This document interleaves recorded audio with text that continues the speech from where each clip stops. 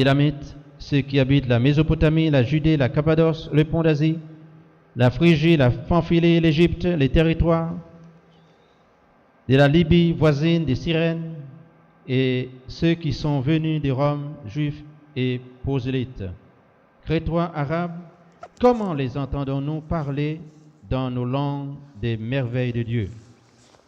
Ils étaient tous dans l'étonnement et ne sachant que penser. Ils se disaient les uns aux autres, « Que veut dire ceci ?» Mais d'autres se moquaient et disaient, « Ils sont pleins de vin doux. » Alors Pierre, se présentant avec les 11, il va la voir leur parlant ainsi, en ces termes, « Hommes juifs, vous tous qui séjournez à Jérusalem, sachez ceci, prêtez l'oreille à mes paroles. Ces gens ne sont pas ivres, comme vous le supposez, car c'est la 3e heure du jour. Mais c'est ici ce qui a été dit par le prophète Joël. Dans les derniers jours, dit Dieu, je répandrai mon esprit sur toute chair, vos fils et vos filles prophétiseront, vos jeunes gens auront des visions et vos vieillards auront des songes. Oui, sur mes serviteurs et sur mes servantes, dans ces jours-là, je répandrai de mon esprit et ils prophétiseront. » Amen. Je vous signale ici, il y a une partie de la prophétie de Joël qui est accomplie et nous continuerons cette lecture. Cette partie-là que nous allons lire n'est pas encore à son terme. Le verset 19, « Je ferai paraître des prodiges en haut dans le ciel et des miracles en bas sur la terre, du sang de feu et de vapeur de fumée. Le soleil s'échangera en ténèbres et la lune en sang, avant l'arrivée du grand jour du Seigneur, de ce jour grand et glorieux. Alors quiconque invoquera le nom du Seigneur sera sauvé. » Amen. Amen.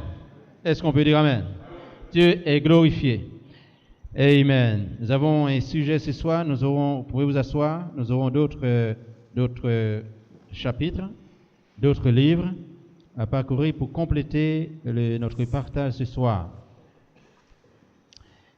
Notre sujet ce soir, frères et sœurs, on est le dimanche 2 septembre 2017. Amen. 3 septembre, merci frère, 3 septembre 2017. Les sujets: la charité divine dans le corps de Christ ne faillira jamais dans les combats spirituels. Vous le croyez? Il est dit, il y a 3 choses, les 3 choses demeurent: la foi, l'espérance et la charité. Mais la charité, la foi peut disparaître, l'espérance aussi, mais la charité ne faillira jamais. Dans les 7 vertus, le livre de 2 Pierre, la dernière vertu, c'est la charité. La charité, je ne parle même pas de l'affection fraternelle, mais la charité, l'affection fraternelle, l'amour fraternel, puise sa source dans la charité qui est l'amour de Dieu lui-même. Et le Seigneur a dit, aimez vos prochains comme vous-même. Aime Dieu de tout ton cœur, de toute ta pensée, de toute ton âme. N'est-ce pas? En ceci, le monde saura que vous êtes mes disciples. Nous avons la grâce de Dieu ce soir d'être ici pour se reconnaître dans cette vie restaurée, dans cette vie spirituelle que le Seigneur... Pas trop de bruit, s'il vous plaît. Que le Seigneur donne à chacun d'entre vous. Ce n'est qu'une grâce qui nous a faite de pouvoir, en ce temps de la fin, reconnaître, discerner ce qui est bien et ce qui est mal, ce qui est agréable au Seigneur et ce qui ne l'est pas. C'est un privilège, c'est une grâce inouïe que le Seigneur nous donne. N'est-ce pas, frère? Nous avons des textes à découvrir ce soir, dans peu de temps, mais qui vont simplement nous conduire dans la même direction de ce de ces deux textes que nous venons de lire, commençant par le livre de Joël, qui était un prophète, n'est-ce pas? Joël, un prophète de l'Ancien Testament, par qui Dieu avait donné cette prophétie. Le peuple de Dieu a été averti, et lorsque Dieu parle à son peuple, le serviteur, avec le peuple, il veille sur la parole. Parce qu'ils savent que Dieu a déjà parlé. Maintenant, ils doivent veiller sur cette parole, jusqu'à ce qu'elle serait accomplie. Que Dieu bénisse notre frère Gary. Et pendant quelques belles durettes, nous sommes de la joie de le voir retourner ici, après son baptême d'eau, et chacun de nous qui sommes passés par ce baptême d'eau, nous savons que c'est l'accomplissement de la parole de Dieu, et Dieu a promis une plus grande bénédiction après avoir cru, après avoir reçu son baptême d'eau au nom de Jésus, n'est-ce pas? Amen. Donc, chacun de nous a eu ce privilège d'être venu. Notre frère Fabien de Toulon, et à chaque fois qu'il est dans la région, et à chaque fois que les Seigneurs nous donnent la possibilité, alors on se rassemble, n'est-ce pas? On se rassemble. Et c'est pour la gloire, c'est pour l'honneur et simplement. Frères et sœurs, le combat est spirituel aujourd'hui. Et il faut avoir la clarté, la parole de Dieu qui est la lumière infaillible. Il faut avoir la puissance de Dieu en soi pour pouvoir mener ce combat. C'est le Saint-Esprit qui le mène, n'est-ce pas? Et nous sommes sous son égide, nous sommes guidés par lui. Et c'est lui qui nous donne cette force-là. Si ce n'était pas lui, eh bien longtemps on aurait baissé les bras, n'est-ce pas? Mais comme c'est lui qui fait les choses, alors nous lui sommes très reconnaissants. Quand le message de Joël est sorti, il est sorti en puissance. Les hommes de Dieu attendaient cette prophétie-là. Et quand elle est accomplie, il y a eu quelque chose d'extraordinaire qui s'est passé dans un lieu, que ceux qui étaient prêts à recevoir cela, qui l'attendaient, eh bien l'ont vu manifester et se sont identifiés à cette prophétie-là. Et ceux qui ne savaient pas, qui ne lisaient pas le livre, ils étaient dans la confusion. Ils avaient beaucoup de doutes. Ils ne savaient pas quoi dire. Mais ceux qui croyaient, qui savaient que Dieu avait promis que ce que vous voyez arriverait, ceux-là étaient dans le calme. Ils étaient des bénéficiaires de la promesse, de la prophétie biblique qui a été donnée par Dieu à son serviteur Joël. Nous croyons aux prophéties, frères et sœurs. Nous croyons, même si cela tarde, il est dit, attends-la. Elle s'accomplira quand même. Alors nous attendons à voir encore si les Seigneurs nous prêtent santé, si l'Église n'est pas encore enlevée. Nous verrons encore d'autres choses, comme eux l'ont vu, cette parole accomplie. Nous aussi, nous croyons que les Seigneurs nous permettraient de voir des prophéties accomplies. Et il y en a beaucoup qui sont en cours d'accomplissement. Grâce au livre, la parole de Dieu, quand nous la lisons et nous regardons autour de nous, nous pouvons voir que nous sommes en train de constater beaucoup de choses qui sont en train de s'accomplir sous nos yeux. Alors, plaise au Seigneur de nous donner assez de connaissances, n'est-ce pas, pour pouvoir discerner ce qui est bien et ce qui est mal, ce qui est agréable au Seigneur et ce qui ne l'est pas.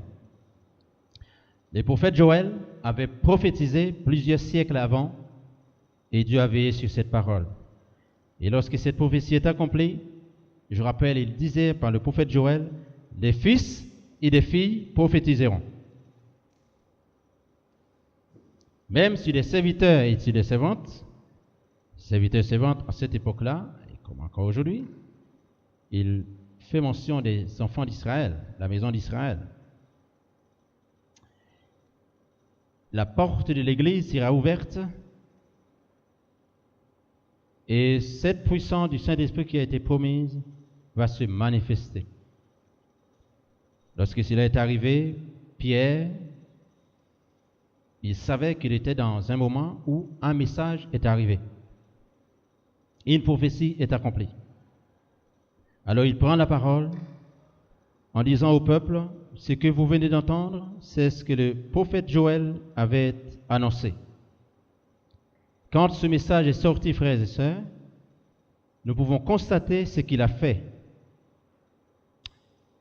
À partir du livre des Actes des Apôtres, chapitre 3, nous pouvons le lire.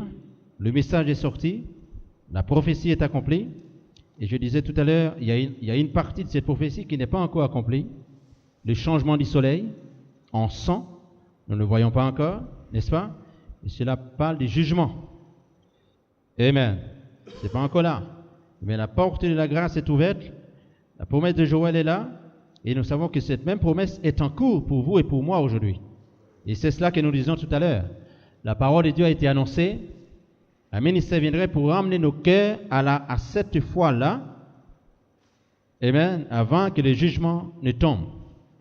Actes des Apôtres, chapitre 2.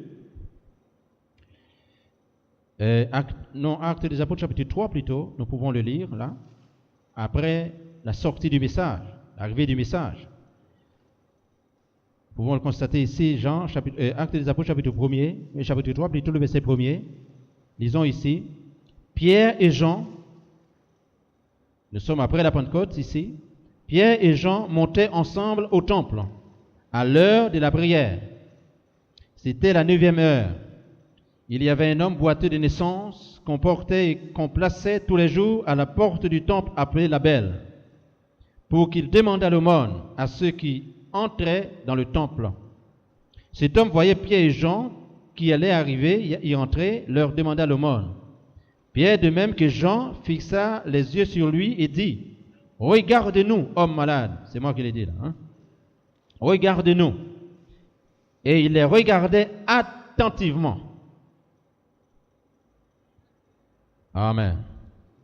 Il regardait attentivement, s'attendant à recevoir d'eux quelque chose. Alors Pierre lui dit, « Je n'ai ni argent ni or, mais ce que j'ai, je te le donne. Au nom de Jésus-Christ de Nazareth, lève-toi et marche. » Ça, nous sommes au moment où le message est sorti. Voilà comment les serviteurs de Dieu parlent. Voilà la situation que le message va rencontrer. Et vous allez voir ce que ce message va produire. Comme vous le savez déjà. Amen. Lisons ici. Le verset 6 nous dit, « Alors Pierre lui dit, « Je n'ai ni argent ni or, mais ce que j'ai, je te le donne. Au nom de Jésus de Nazareth, lève-toi et marche. » Ça, c'est la parole de Dieu. Il n'y a pas de cinéma à faire, quoi que ce soit d'autre. La parole a été prêchée par Joël, prophétique. La parole est accomplie dans le livre des Actes des Apôtres, accomplissement et action. Ça, c'est Dieu le Créateur. Que la lumière soit et la lumière fut. Il n'y a aucun cercle de cinéma à faire. Quand Dieu parle, il parle. Et quand le peuple est prêt pour recevoir Dieu, Dieu se manifeste. Vous le croyez comme ça, frère? Cette foi-là, la foi originelle là, il y a une promesse qui a été faite, il ramènera les cœurs des enfants des derniers jours à la foi. Hébreux 13, 8, Jésus-Christ ne change pas, il est le même hier, aujourd'hui et pour toujours. Il doit ramener les cœurs à lui et à lui seul. Et le prenant par la main droite, il le fit lever au même instant, ses pieds et ses chevilles devinrent fermes. D'un saut, il fut debout, et il se mit à marcher, et il entra avec eux dans le temple, marchant, sautant. Vous voyez, frère? Marchant, il était boiteux, sautant, il ne pouvait pas sauter. Quoi? Qu'est-ce qui a libéré son corps? La parole. Et louant Dieu. Tout le peuple le vit marchant et louant Dieu. Le message est à peine sorti. La prophétie est accomplie. Les cœurs ont reçu la parole. Le Saint-Esprit est descendu. Dieu est au rendez-vous de la prophétie qu'il a donnée. Il est au rendez-vous de sa parole. Quand le peuple de Dieu est au rendez-vous, pour attendre Dieu, pour voir ce que Dieu peut faire, Dieu va faire, eh bien Dieu aussi est au rendez-vous. N'est-il pas écrit, là où 2 ou 3 sont assemblés en mon nom, je serai là? Qu'est-ce qui peut empêcher que Jésus-Christ fasse la même chose aujourd'hui, ce qu'il a fait dans le passé? Le problème ne vient pas de lui. Le problème vient simplement, n'est-ce pas? Le problème vient d'ailleurs. Amen. Tout le monde le vit marchant et louant Dieu. Beaucoup de témoins ont vu, même ceux qui n'étaient pas, n'est-ce pas, qui n'avaient pas compris ce qui s'est passé dans la chambre haute. Maintenant, au milieu d'eux, cette parole, cette prophétie va montrer que Dieu est avec ces hommes-là. Leur prédication a la vie. Leur prédication produit des fruits. Amen. Des miracles. Matthieu 28, Marc 16. Des miracles accompagneront ceux qui ont cru en mon nom. Ils vont chasser les démons. Et cet handicap qui était dans la vie de ce frère, c'était un démon. Vous croyez? C'était un démon qui le gardait depuis toutes ces années-là. Mais Dieu est au rendez-vous avec ses serviteurs. Vous avez remarqué au début du texte, il dit, Pierre et Jean montaient au temple à l'heure de la prière. Là encore, pour vous et pour moi, c'est une leçon à prendre. À l'heure de la prière, l'heure qui était fixée, ils étaient stimulés, ils étaient motivés pour arriver au temple, sachant que Dieu est au rendez-vous. Amen. Voici la manifestation de la parole de Dieu. La manifestation de la prophétie que Dieu avait donnée à son prophète Joël. Et quand ces paroles sont accomplies, comme il est dit dans la Bible, la parole de Dieu ne reviendra jamais à lui sans avoir accompli, n'est-ce pas? C'est pourquoi elle a été envoyée. Frères et sœurs, ce même Jésus, il est aujourd'hui, il peut faire ce qu'il a fait dans le passé. Quand le message est sorti, il est puissant. Les cœurs qui étaient disponibles à recevoir ce message et à manifester la puissance de Dieu par Dieu lui-même, parce que le Seigneur a besoin des cœurs, n'est-ce pas? Il a besoin des gens qui sont disponibles. Là. Il a besoin des disciples qui sont disponibles. Voilà pourquoi il leur a dit, moi je m'en vais, et vous aussi vous allez partir vers eux. Et les œuvres que je fais, vous les ferez aussi, au milieu de vos contemporains, au milieu des autres vers qui je vous enverrai, n'est-ce pas? Gloire au Seigneur. Le texte des Actes des Apôtres, tout à l'heure, que le frère a lu, nous voyons l'apôtre Paul. Il était devenu persécuteur de ce message. Et qu'est-ce que ce message a fait? Ce message n'a pas failli.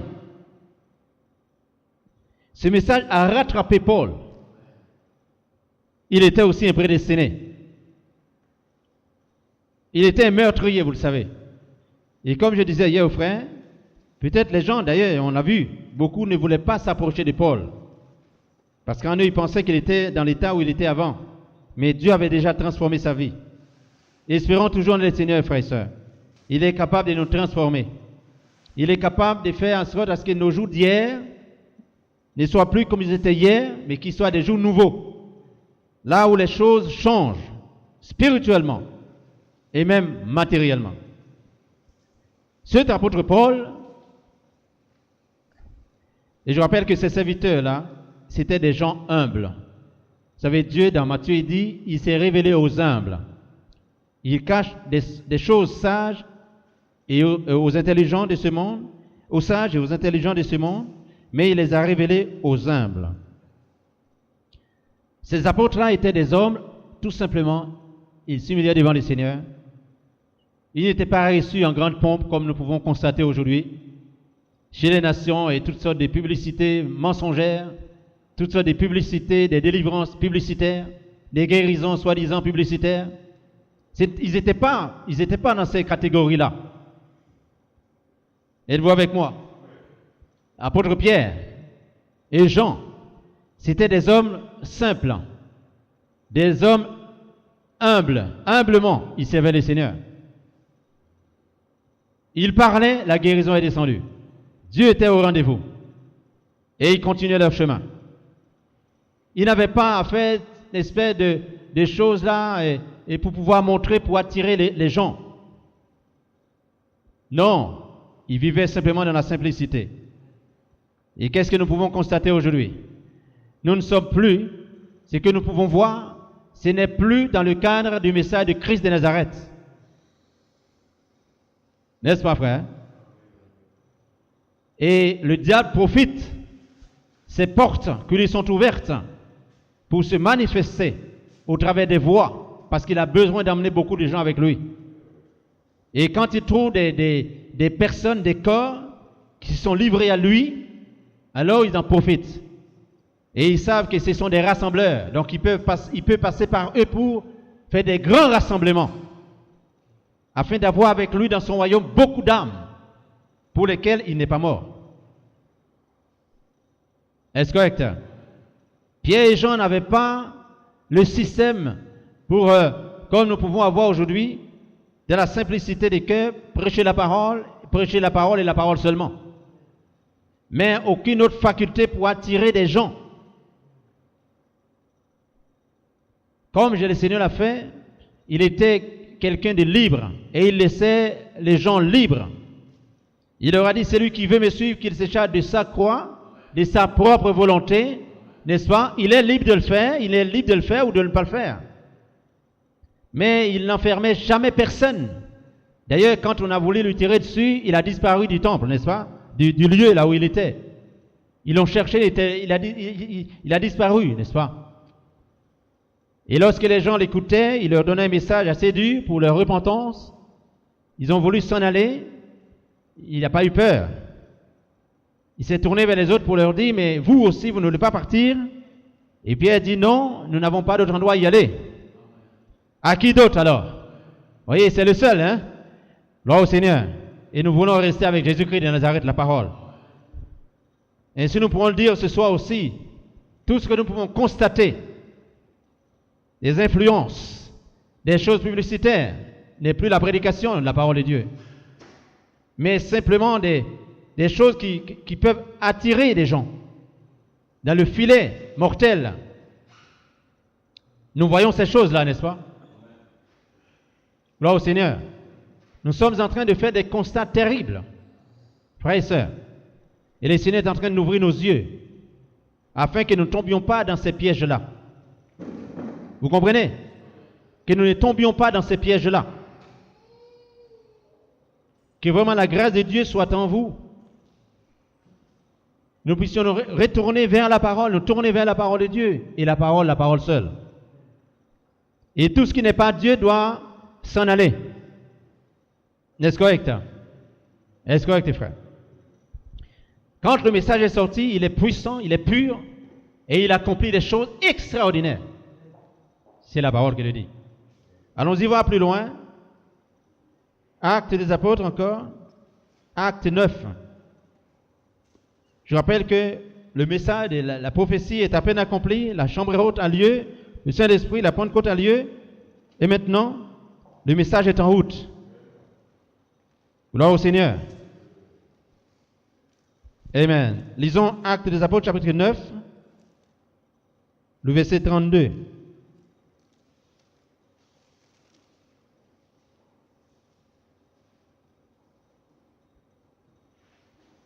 La charité dans le corps de Christ ne faillira jamais. Vous savez, la foi nous emmène à la charité, n'est-ce pas? L'affection fraternelle. L'âge de l'affection fraternelle pour entrer dans la pure charité qui est l'amour de Dieu, qui est Dieu lui-même. C'est à cela que nous devons veiller. Actes des Apôtres 9, le verset 32. Comme Pierre visitait tous les saints, il descendait aussi vers ceux qui demeuraient à Lyde. Il trouvait un homme nommé Aîné, couché sur un lit depuis 8 ans et paralytique. Pierre lui dit, Aîné, Jésus-Christ te guérit. Lève-toi et arrange ton lit. Et aussitôt il se leva. Quand le message de Dieu vient, voilà ce qu'il fait. Vous êtes avec moi, non? Et c'est cela, frère. Nous devons arriver là, avoir la foi là, sans aucune autre chose. Tout ce qui n'est pas Dieu, vous avez avoir la parole de Dieu et le Saint-Esprit pour pouvoir discerner ces esprits-là. Et les mettre dehors, les chasser loin de vous. Parce que vous savez, ce n'est pas la parole de Dieu. Gloire au Seigneur. Nous continuons, nous poursuivons là, il dit, Amen. Pierre lui dit, Aîné, Jésus-Christ te guérit, lève-toi, arrange ton lit, et aussitôt il se leva. Tous les habitants de Lyde et du Saron le virent, et ils se convertirent au Seigneur. Êtes-vous avec moi? Je dis Amen à cela. Toujours l'apôtre Pierre. Il continue le message. Le message dans toute sa puissance. Gloire à Dieu. Ok. Le verset 36. Il y avait à Joppé, parmi les disciples, une femme nommée Tabitha, ce qui signifie Dorcas. Elle faisait beaucoup de bonnes œuvres et d'aumônes. Elle tomba malade en ce temps-là et mourut. Après l'avoir lavée, on la déposa dans une chambre haute. Comme Lyde est près de Joppé, les disciples ayant appris que Pierre s'y trouvait à Joppé, envoyaient 2 hommes vers lui pour le prier de venir chez eux sans tarder. C'est bien, non? Un membre du corps de Christ. Parce que le corps de Christ est loin. J'entends souvent les gens disent, le corps de Christ est malade. Moi je dis non, frère. Il n'y a aucune parole dans la Bible qui dit que le corps de Christ est malade. Le corps de Christ ne peut pas être malade. Le corps de Christ est son corps. Ou alors il n'est pas encore son corps. Donc il est en route pour arriver à un niveau. Mais quand on dit que son corps est malade, non, là nous blasphémons les Écritures. Le corps de Jésus est un corps saint. Et nous pouvons le croire par la foi. Ce corps est sanctifié, purifié, n'est-ce pas? Il est pur. Aucun démon ne peut habiter le corps de Christ. Sinon, il faut changer l'expression, frère. Il faut changer le mot. Amen. Vous êtes d'accord, non? Le corps de Christ est un corps saint.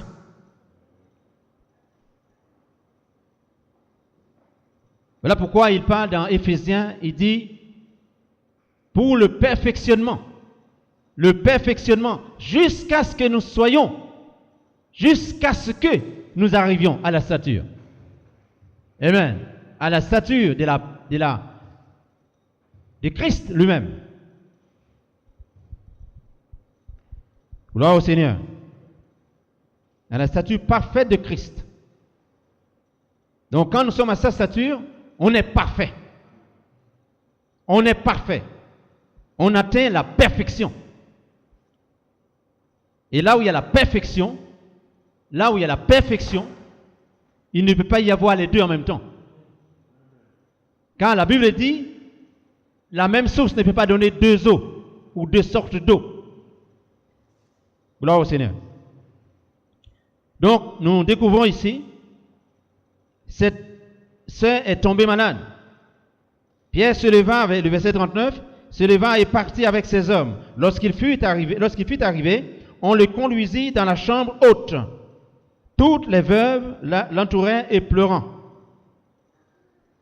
Et lui montraient les tuniques et les vêtements que faisait Dorcas pendant qu'elle était avec elle. Pierre fit sortir tout le monde. Vous voyez ou non? Êtes-vous avec moi? Vous voyez ce que vous voyez aujourd'hui, frère? Ici, c'est le contraire de ce que vous voyez aujourd'hui, ce qui se passe autour de vous. Pierre a fait sortir, d'ailleurs, il a fait sortir tout le monde. Il veut rentrer en relation avec Dieu maintenant. Et il veut combattre cet esprit des morts là. Il veut le combattre. Hein. Que plus personne soit, il veut une atmosphère entre lui et Dieu. Il va combattre cet esprit des morts. Amen. Et combien de fois, frère, vous et moi avons besoin d'une bonne atmosphère entre nous et le Seigneur pour pouvoir détruire les mauvaises atmosphères. Les mauvaises atmosphères, ce sont les démons qui nous emmènent. Nous avons besoin que Dieu, par la parole et la puissance de son nom, détruise ces atmosphères qui sont mortelles, n'est-ce pas? Gloire au Seigneur. Donc maintenant, il dit, Pierre fit sortir tout le monde, s'est mis à genoux. La bataille spirituelle se gagne à genoux. Vous entendez ceux qui allaient vers la rivière, n'est-ce pas? Pour boire. Et Dieu a fait un tri. Amen. Gloire au Seigneur. Amen. Nous lisons ici, continuons la lecture. Il dit, ok, et priant, puis se tournant vers le corps, il dit, Tabitha, lève-toi. Ici, nous parlons du corps. Nous ne parlons pas de cadavres. Vous comprenez, frère? Parce qu'il y a la mort biologique. C'est l'arrêt du cœur. Maintenant, à un moment donné, après des heures, le corps commence à entrer dans la putréfaction. Mais même là encore, Dieu peut faire les choses. Gloire au Seigneur. La mort biologique, c'est ce qu'on appelle la mort clinique. Les cœurs s'arrêtent. Mais vous pouvez voir que le cœur peut être encore chaud. Il n'y a plus de pouls, il n'y a plus rien, mais le cœur est encore chaud. Amen. Et là, la Bible dit, il était tellement prêt, on l'a déjà lavé, ce corps. Mais ça n'arrête pas Dieu, frères et sœurs. Il dit ici, il dit, Tabitha, lève-toi. Elle ouvrit les yeux. Et ayant vu Pierre, elle s'assit. Vous imaginez, non? Il lui donna la main et la fit lever. Il appela ensuite les saints et les veuves et la leur présenta vivante. Quel message, frère! Quelle parole! Quelle puissance! La prophétie du prophète est accomplie. Et les cœurs qui attendaient à recevoir à voir la manifestation de cette prophétie-là, à la recevoir, eh bien, cette parole va accomplir la mission pour laquelle Dieu l'avait envoyée. Acte 3. Un boiteux se levant en train de marcher, courir, louant Dieu. Acte 9. Une femme morte est ressuscitée. Croyez-vous, frère? Croyez-vous à cela? Merci, Seigneur. Cela fut connu de tout Jopé. Et beaucoup crurent au Seigneur. Pierre demeura quelque temps à Jopé, chez un croyant nommé Simon. Un témoignage vivant dans la ville. Vivant. Ceux qui pleuraient, et n'est-ce pas, le serviteur de Dieu a ramené la mort dans le corps de cette femme Dorcas. Gloire à Dieu. Appréciez-vous. Dieu soit glorifié. Nous croyons dans la foi originelle que Christ peut faire la même chose qu'il a fait dans le passé. C'est que nous découvrons aujourd'hui.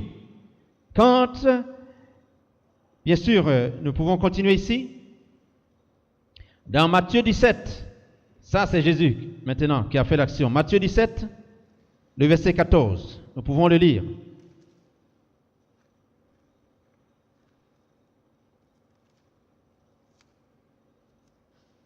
Amen. Vous aimez la parole de Dieu? Matthieu 17.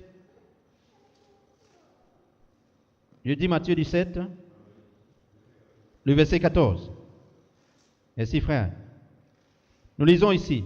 Lorsqu'il fut arrivé près de la foule, un homme vint se jeter à genoux devant Jésus et dit, Seigneur, aie pitié de mon fils, qui est lunatique et qui souffre cruellement.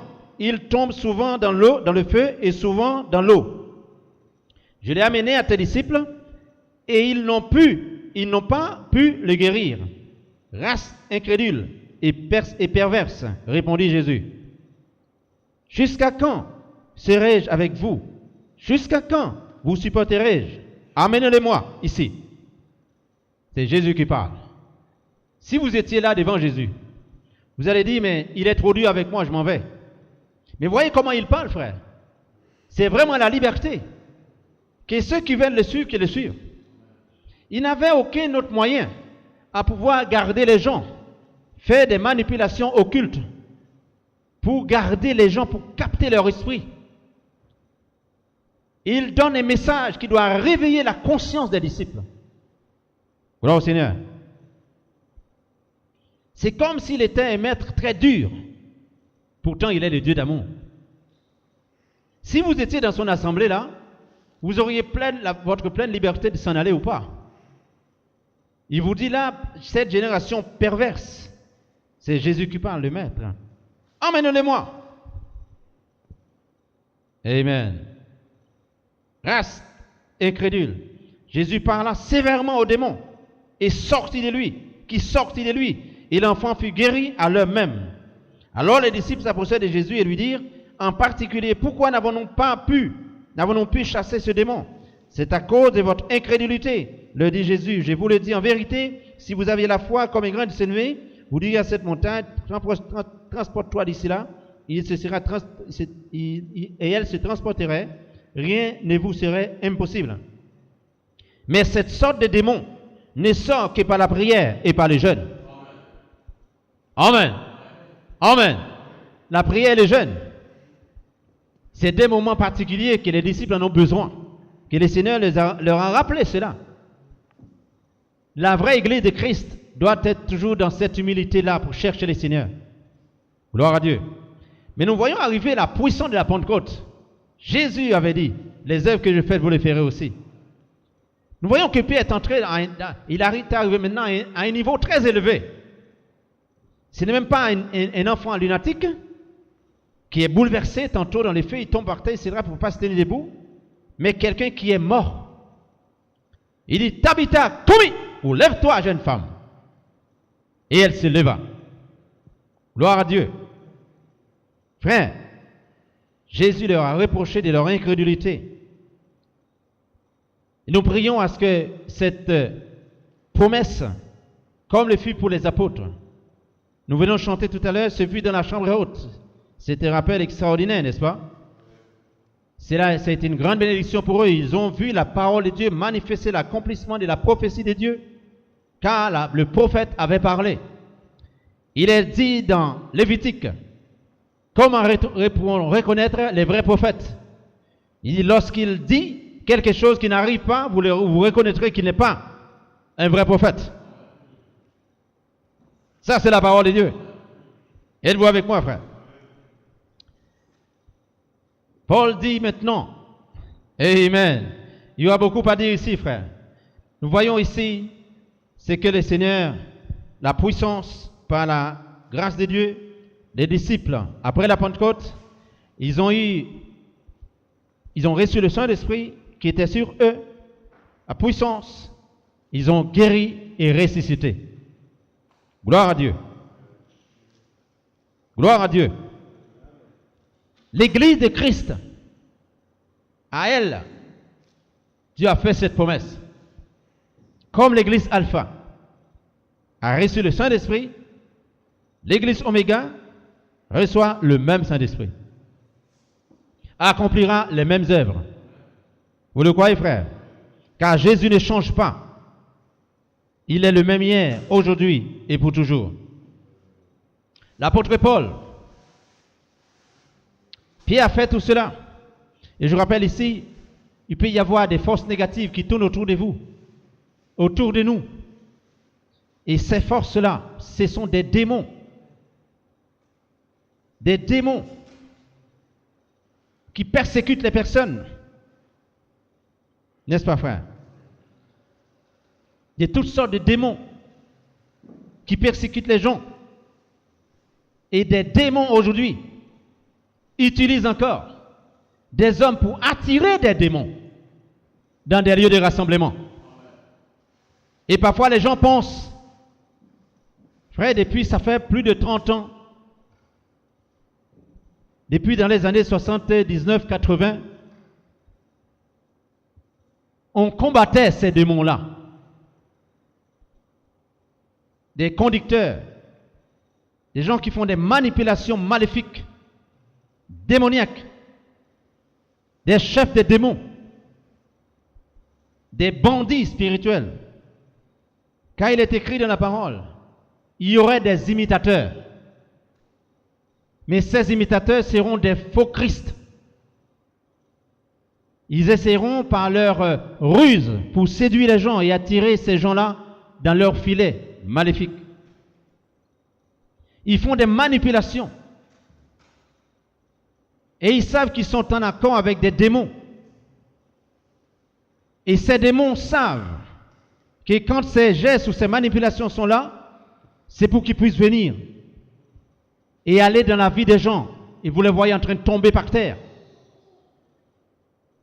Vous les voyez en train de tomber par terre. Et ces mêmes conducteurs, soi-disant, va guérir ces gens-là. Soi-disant guérison. Pour mener tout cela à des panneaux publicitaires. Pour montrer comment ils ont la puissance. Mais il y a une puissance, frère, qui est au-dessus de ces puissances-là. C'est la parole de Dieu. Quand vous avez la parole de Dieu, vous pouvez discerner que ces actions-là ne viennent pas de Dieu. Gloire au Seigneur. À la lecture de la parole de Dieu, dans 1 Timothée 4, et avant d'y aller, nous parlons de Paul, l'apôtre Paul. Quand, pour ça je disais tout à l'heure, la charité dans le corps de Christ ne faillira jamais dans le combat spirituel. Nous savons qu'à Éphèse, Paul leur a dit, le combat n'est pas charnel, mais il est spirituel contre les esprits méchants dans les lieux célestes. Comment l'Église pourrait les combattre? Grâce à la parole vivante. N'est-ce pas? Le Saint-Esprit de Dieu. L'apôtre Paul, il a été en quelque part, il a été menacé. Qu'est-ce qu'on a fait de lui? On l'a fait passer par un chariot. Parce que les gens le gardaient là, c'était à Damas. Amen. Oui, parce qu'il allait persécuter. Quand il est arrivé sur le chemin, il a été rappelé par le Seigneur. Il s'est converti. Et après, le Seigneur lui a dit, rentre dans la ville. Il y a des boulots qui t'attendent là-bas. Amen. Et quand il s'est mis à prêcher la parole, eh bien les gens, au début, avaient peur. Et quand ils ont compris, et après, les gens l'ont présenté, n'est-ce pas, devant les apôtres, à Jérusalem, un peu plus tard, il leur a dit, depuis 14 ans, je suis sur la route. Gloire au Seigneur. Et là, on lui a fait passer on l'a mis dans un corbeil et on l'a glissé au-dessus du mur pour le faire sortir ailleurs. Parce que devant les portes, les gardes l'attendaient là-bas. À cause du nom de Jésus, n'est-ce pas? Gloire au Seigneur. Vous imaginez l'apôtre Paul, on le fait passer, on fait descendre par une corde, dans un corbeil, dans un chariot. Il était menacé. Mais regardez aujourd'hui, frères, un peu partout dans le monde, nous sommes dans les grandes adorations mélangées, les veaux d'or, mondialisées, tout ça. Et les soi-disant guérisseurs, n'est-ce pas, qui arrivent comme des stars. Voyez-vous, vous questionnez, mais est-ce des serviteurs de Dieu? Sont-ils des serviteurs de Dieu? Nous devons ramener ces choses à la parole de Dieu, frère. Car il est écrit, le temps viendra où ceux qui ont eu la foi originelle l'abandonneront. Vous comprenez, frère? Ils vont abandonner cette foi-là pour s'attacher à des doctrines. Quelle doctrine? Quelle doctrine? Doctrine des démons. Lisons les frères, Acte 1 Timothée 4. Amen. Est-ce que quelqu'un peut le lire? 1 Timothée chapitre 4. À partir du verset 1er. 1, 2 je crois. 1 Timothée 4. Lisons-les clairement de manière très claire. Au nom du Seigneur.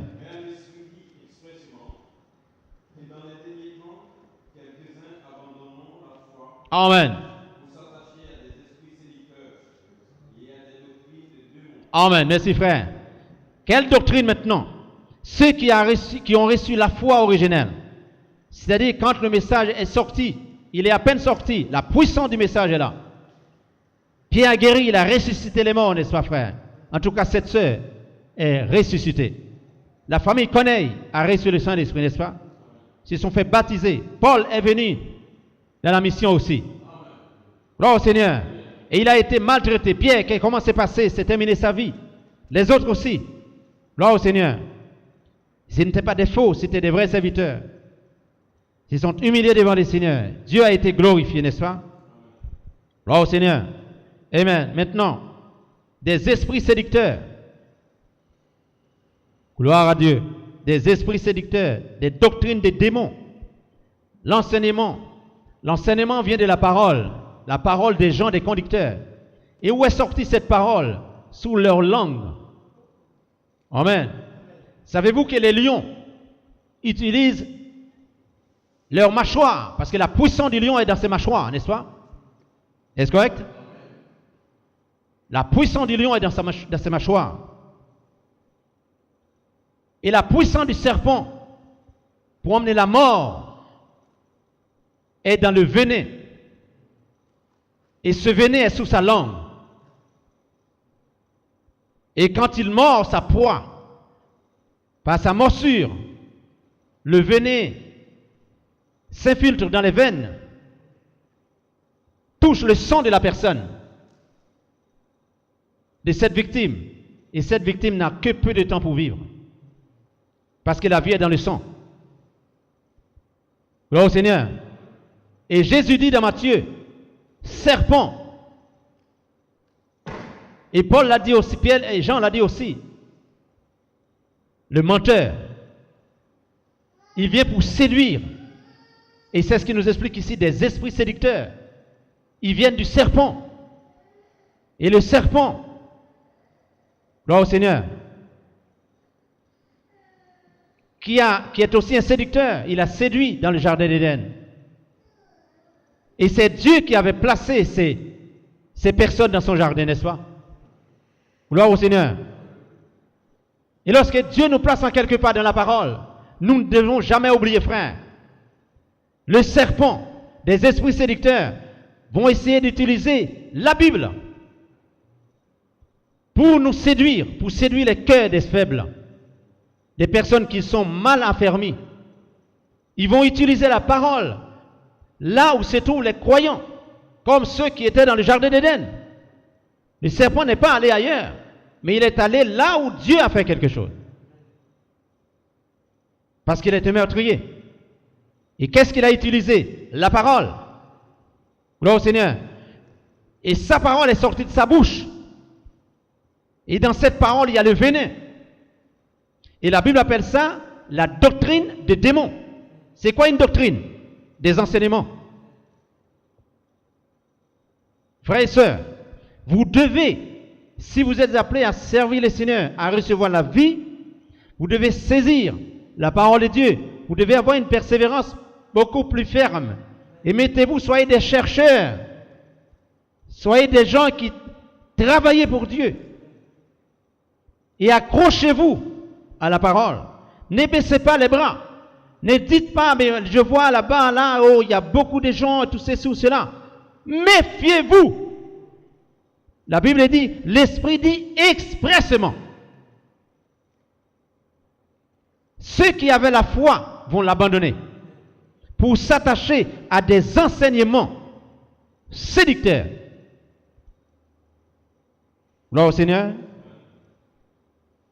Le venin du serpent est sous sa langue.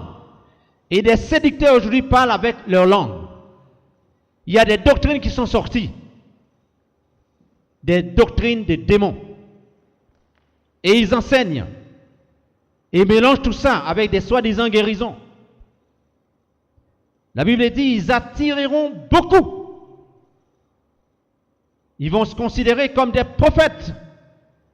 Mais comme il y a un esprit en eux qui leur permet de faire des manipulations, etc., les gens vont croire que c'est Dieu. Mais le seul moyen de discerner cela, c'est de ramener cela dans la parole. Gloire à Dieu. Dans Matthieu chapitre 24, le verset 12, si quelqu'un peut le lire. La charité ne faillira jamais. La charité, Dieu lui-même s'est promis. Matthieu 24, 12. Parce que l'iniquité sera accrue, l'amour du plus grand nombre se refroidira. Amen. Pourquoi, quand la charité monte plus haut, eh bien l'amour de ceux qui ont cru dans la parole va se refroidir. Et comment se fait que cet amour va se refroidir? Il va perdre beaucoup de degrés. Là, cet amour était chaud. La persévérance dans la parole était là. L'adoration était brillante. Faut-il qu'elle soit pure aussi, n'est-ce pas? La persévérance, l'amour pour Dieu était bien, formidable. Mais l'iniquité sera accrue. La charité, l'amour du plus grand nombre se refroidira. Gloire à Dieu. Leurs cœurs seront détournés de Dieu pour s'attacher à des doctrines des démons. Qu'il n'en soit pas ainsi pour vous et pour moi. C'est un avertissement. Quand le message est sorti, Proverbe, Joël 2, quand ce message est accompli, il y a des imitateurs sont arrivés après. Des siècles plus loin, des imitateurs. Et même au temps présent, au temps des apôtres, il y a eu des magiciens qui ont voulu essayer de faire la même chose. Mais la puissance de les apôtres était tellement forte. Gloire au Seigneur. Nous allons voir ici dans ce qui s'est passé pour Paul. Actes des Apôtres, chapitre 16, le verset 8. Gloire à Dieu. Des esprits séducteurs. Le message est sorti, Actes des Apôtres, chapitre 16, le verset 8. Nous pourrons le lire là.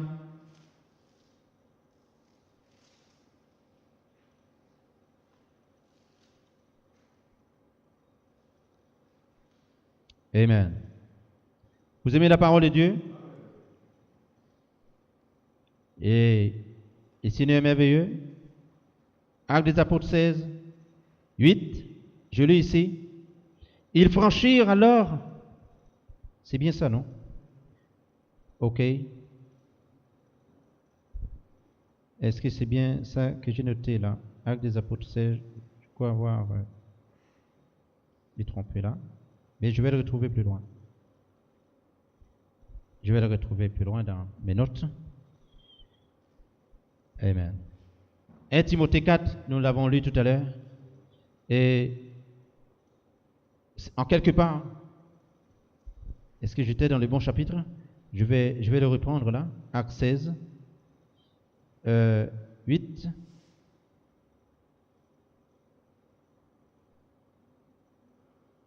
Ok, je pense avoir fait une erreur là, mais que le Seigneur nous aide. Amen. Que le Seigneur nous aide à trouver cela. L'ennemi ne peut pas nous avoir là. Amen. Quand le message est sorti, prenons le verset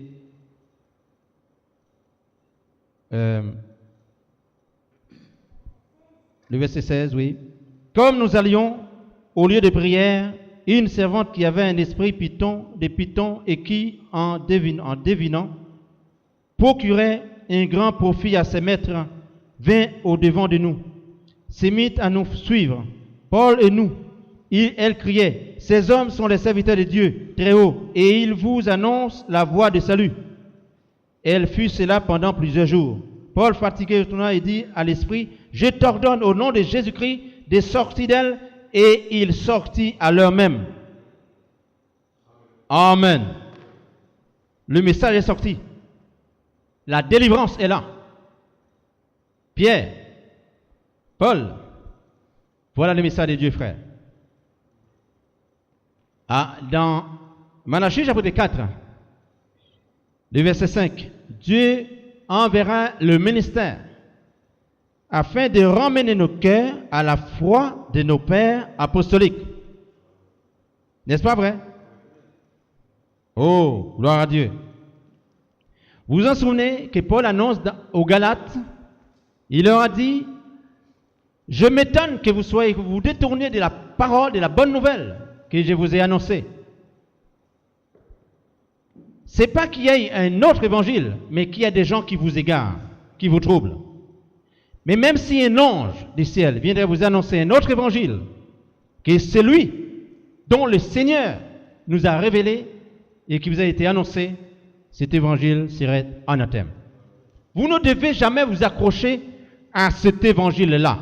Vous voyez le défi qui a été lancé, frère. Un homme sur cette terre, il lance un défi contre les anges même. Même un ange qui vous dira autre chose. Frères et sœurs, gloire à Dieu. Votre foi, ma foi à moi, la foi pour l'Église, l'Église Oméga, sera lavée, pure, sans tache, ni rien de semblable. Est-ce correct? Gloire à Dieu. La parole de Dieu. Lorsque Paul et Barabbas, je crois, étaient en quelque part, ils ont délivré, ils ont chassé des démons qui tourmentaient les personnes avec la parole de Dieu, n'est-ce pas? Et on commençait à élever Paul. On a dit de lui qu'il est le Mercure. Mercure en grec, c'est le dieu, c'est le zéusme, un dieu mondain, un dieu païen. Et aujourd'hui, et Paul s'est déchiré ses vêtements, il s'est tourné vers eux, il leur a dit, alors il disait que des dieux sont descendus au milieu de nous. Paul dit non, ne faites pas cela. Vous comprenez? Élevez Dieu. Lui seul mérite d'être élevé. Lui seul mérite d'être adoré. Lui seul et lui seul. Êtes-vous avec moi? Frère, il en est de même. Si la parole de Dieu doit trancher dans votre vie, dans ma vie, elle doit le faire. Pour nous redresser. Pour nous ramener à la foi. Et ne pas tomber dans l'adoration, dans l'idolâtrie. Tout ce qui n'est pas Dieu. Les cultes qui lui est dû, il est jaloux de ce culte-là. Et ce culte-là, nous le devons à aucun autre, mais à Dieu seul. Jésus de Nazareth. On l'a appelé Mercure. Et vous savez, Mercure aujourd'hui, vous prenez tous les restes, il y a bien des établissements, des endroits où on trouve Mercure aujourd'hui. Mais la parole de Dieu vous explique d'où vient Mercure.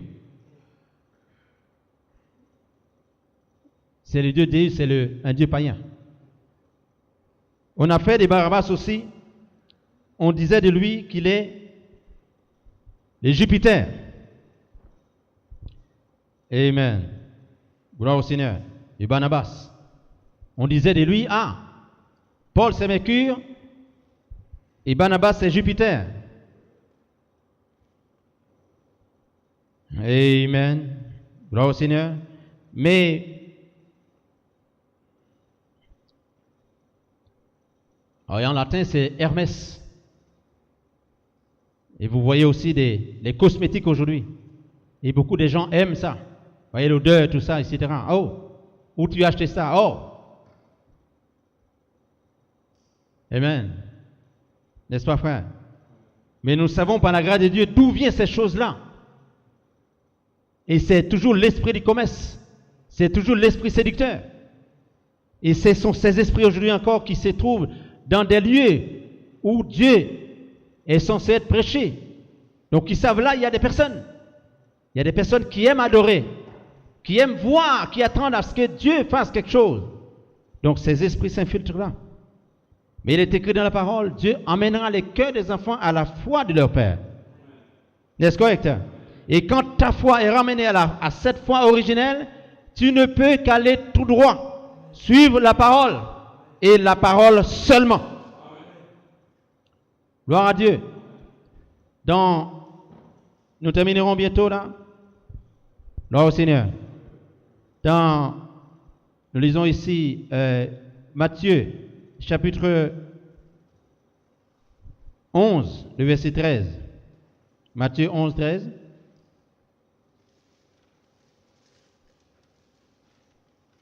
Appréciez-vous la parole, frères et sœurs? Matthieu, chapitre 11, le verset 13, et nous lirons encore.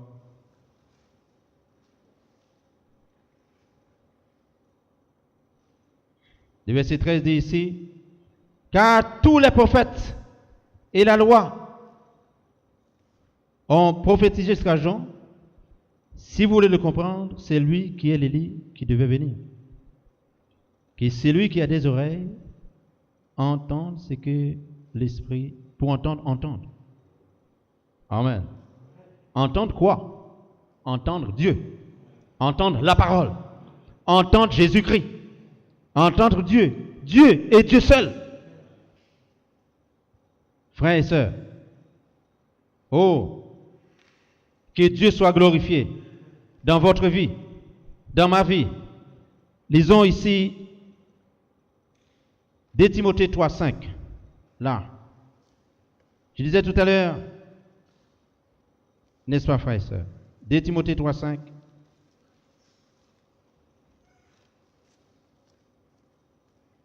Là. Nous avons une pensée pour la sœur Karine, qui est le frère Jean-Marc, qui ne sont pas là ce soir, et nous ont envoyé ce petit message, et nous prierons pour eux, n'est-ce pas? Amen. 2 Timothée 3, 1. Sache que dans les derniers jours, il y aura des temps difficiles, car les hommes seront égoïstes, amis de l'argent, fanfarons, hautains, blasphémateurs, rebelles à leurs parents, ingrats, irréligieux, insensibles, déloyaux, calomniateurs, intempérants, cruels, ennemis des gens de bien, traites, emportés, enflés d'orgueil, aimant le plaisir plus que Dieu, ayant l'apparence de la piété, mais régnant ce qui fait la force. Éloigne-toi de ces hommes-là. N'est-ce pas? Gloire à Dieu. Merci Seigneur. Que Dieu soit glorifié. Nous avions lu tout à l'heure, l'enseignement, la doctrine des démons va être enseignée parmi les gens. Et ils séduiront beaucoup. Ce sont des faux oins, des faux doctrines. Quand vous voyez, frère, et une adoration de veaux comme dans le désert, nous devons fuir ces choses-là. Nous devons rechercher Dieu. Gloire au Seigneur. Amen. Nous savons ce que Pierre dit. Ce qu'il a dit, Dieu peut le faire aujourd'hui encore. Nous croyons, nous avons la foi que le Seigneur peut le faire, n'est-ce pas? Amen. Amen. Quoi? Quand ils sont tombés dans l'égarement, eh bien leur cœur s'éloigne, est éloigné de la parole de Dieu. Allons-y dans Ésaïe 29. Musiciens, s'il vous plaît, vous pouvez vous approcher et nous nous apprêtons à... J'ai dit ici, Ésaïe, c'est ça, non? Ésaïe 29. Ésaïe 29, le verset... Ok. J'avais dit quoi comme verset? Ah, pas encore. Ok, je vais le trouver là. Je vais le trouver dans mes notes. Oui. Ésaïe, chapitre 29, le verset 13. Après, nous lirons Amos. Ésaïe 29, verset 13. Je vous montre quelque chose là, frères et sœurs. Vous allez voir. La Bible a été écrite par plusieurs auteurs, mais nous voyons les paroles, n'est-ce pas? Oh, vont dans le même sens, gloire à Dieu. Ésaïe 29, verset 13, nous dit ici, « Le Seigneur dit, quand ce peuple s'approche de moi, il m'honore de la bouche et des lèvres, mais son cœur est éloigné de moi.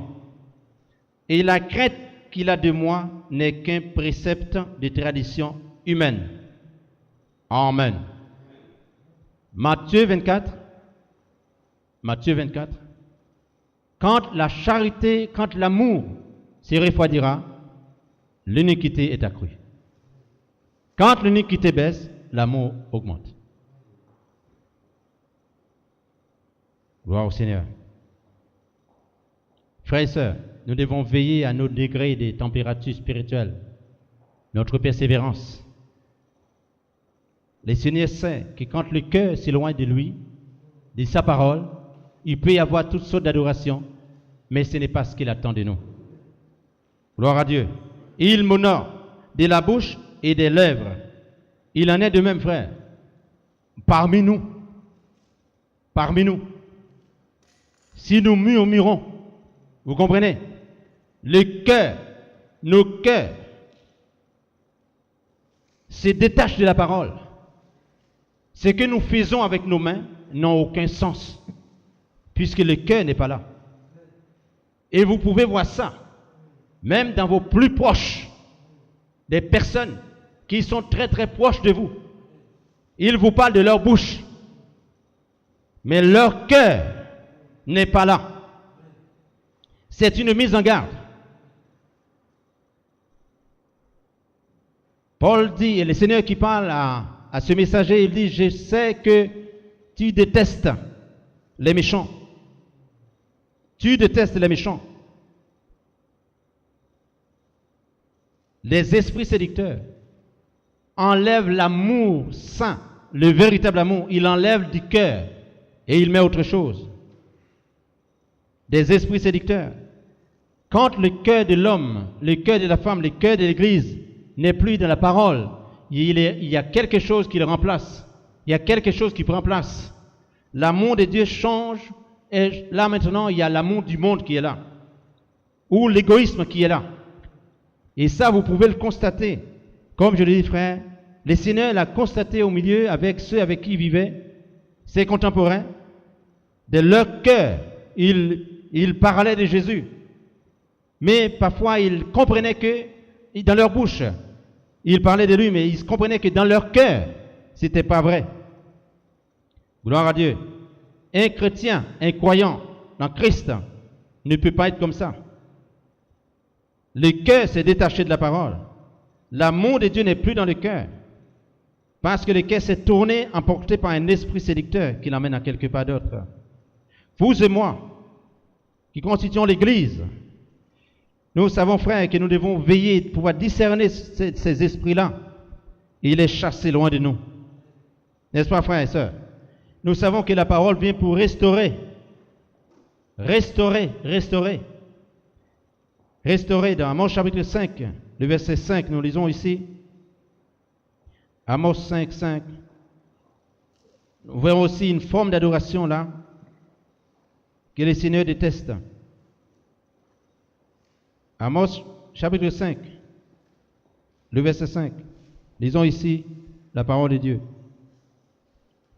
Ne cherchez pas à Bethel, n'allez pas à Gilgal, ne passez pas à Bethsheba, car Gilgal sera captif et Bethel anéanti. Cherchez l'Éternel et vous vivrez.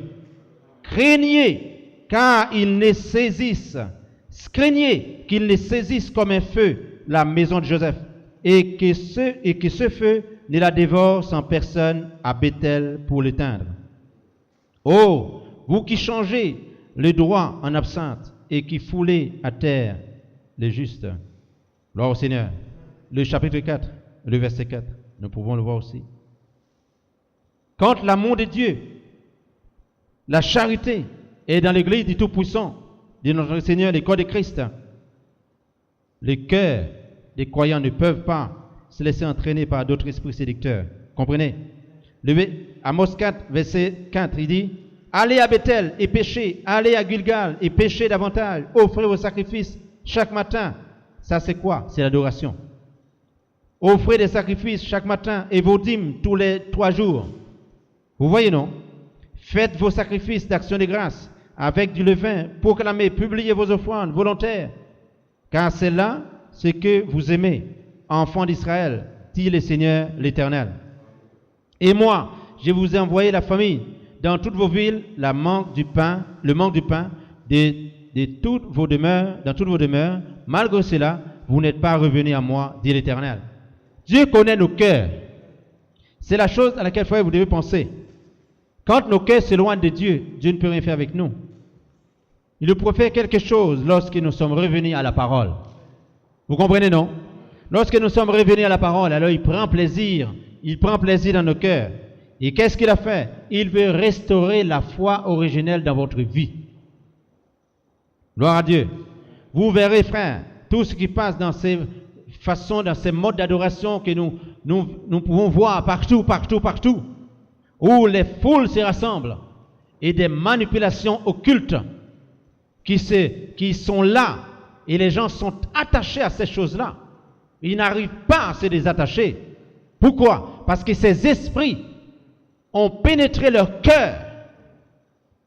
Ils sont en train d'offrir des sacrifices, mais ce n'est pas à Dieu. Ils donnent même des dîmes, mais ce n'est pas à Dieu. Ils le font de leurs mains, mais leur cœur n'a pas Dieu là-dedans. Et quand le cœur n'a pas Dieu, il y a un autre esprit qui est là, c'est l'esprit séducteur. Et Dieu avait averti expressément que ces esprits se lèveront. Qui dit-il dans Luc 12, 32? Ne crains point, petit troupeau, car Dieu a trouvé bon. Je disais tout à l'heure, lorsque nous chantions, ces filles dans la chambre haute. Combien ils étaient dans la chambre haute que 120? Mais combien de personnes qui ont été ressuscitées et guéries au temps de Jésus? Combien qu'il y avait dans les synagogues? Et combien qui étaient dans la chambre haute? Lorsque les gens ont quitté Jésus dans la conférence qu'il leur donnait en leur disant, sauvez-vous de cette génération perverse, donnez vos cœurs à la parole, retournez à Dieu. Il leur disait, nous avons pour père Abraham. Et Jésus leur a dit, si Abraham était votre père, vous m'auriez aimé. Car Abraham s'est réjoui d'avoir vu mon jour, n'est-ce pas? Gloire au Seigneur. Et frère, ce soir, la vraie Église doit dire, peu importe le nombre que nous sommes, mais nous sommes heureux d'avoir vu accompli dans ma vie, dans votre vie, une prophétie accomplie. Et cette prophétie, comment savoir qu'elle est accomplie dans votre vie? Pas dans le livre, pas dans la vie de l'autre, mais dans votre vie. Vous savez, Dorcas pouvait dire que j'étais mort vraiment. Et je suis ressuscité. Il pouvait témoigner cela. Gloire au Seigneur. Quoi? Joël 2, 28 est descendu dans le cœur de Pierre. La prophétie est accomplie. Et cette prophétie-là a libéré les âmes, a ramené la vie dans les corps de ceux qui ont été frappés par la mort. Gloire au Seigneur. Et il en est de même, frère. Comme il a dit dans Joël, nous attendons à voir cela manifester. Les jeunes gens auront des visions. Des jeunes filles auront des visions, n'est-ce pas, frère? Le Saint-Esprit viendra sur elles, sur eux, et leur donnera une vision, gloire au Seigneur, pour louer, pour chanter Dieu, pour mener une vie selon les Écritures, n'est-ce pas? Lorsque nous étions ténèbres, nous l'étions, mais nous ne sommes pas ces ténèbres à la lumière, nous ne sommes plus. Gloire au Seigneur, parce que ça, c'est derrière nous. Donc, les jeunes filles, les jeunes garçons, le Saint-Esprit, je répandrai mon esprit aussi sur eux. Gloire au Seigneur. Pas pour qu'ils aient une vision comme le monde, mais leur vision change. Et lorsque la foi est restaurée, elle restaure aussi la vision. Ceux dont le cœur est ramené à la parole, n'est-ce pas, de ce ministère de Malachie 4, ils ne peuvent pas aller dans les ténèbres. Gloire à Dieu. Ils pourront témoigner comme Dorcas, nous étions morts. Mais Christ, par le ministère, nous a ressuscités. Il parle en connaissance de cause. Et Dieu dit, vous offrez des sacrifices, vous donnez des dîmes, vous donnez tout ceci ou cela, mais votre cœur est éloigné de moi. Votre adoration, ce sont des tables remplies de choses impures. Frères et sœurs, tel que vous pouvez constater aujourd'hui, Les gens aiment découvrir là où il y a des stars, là où il y a les démons qui se manifestent.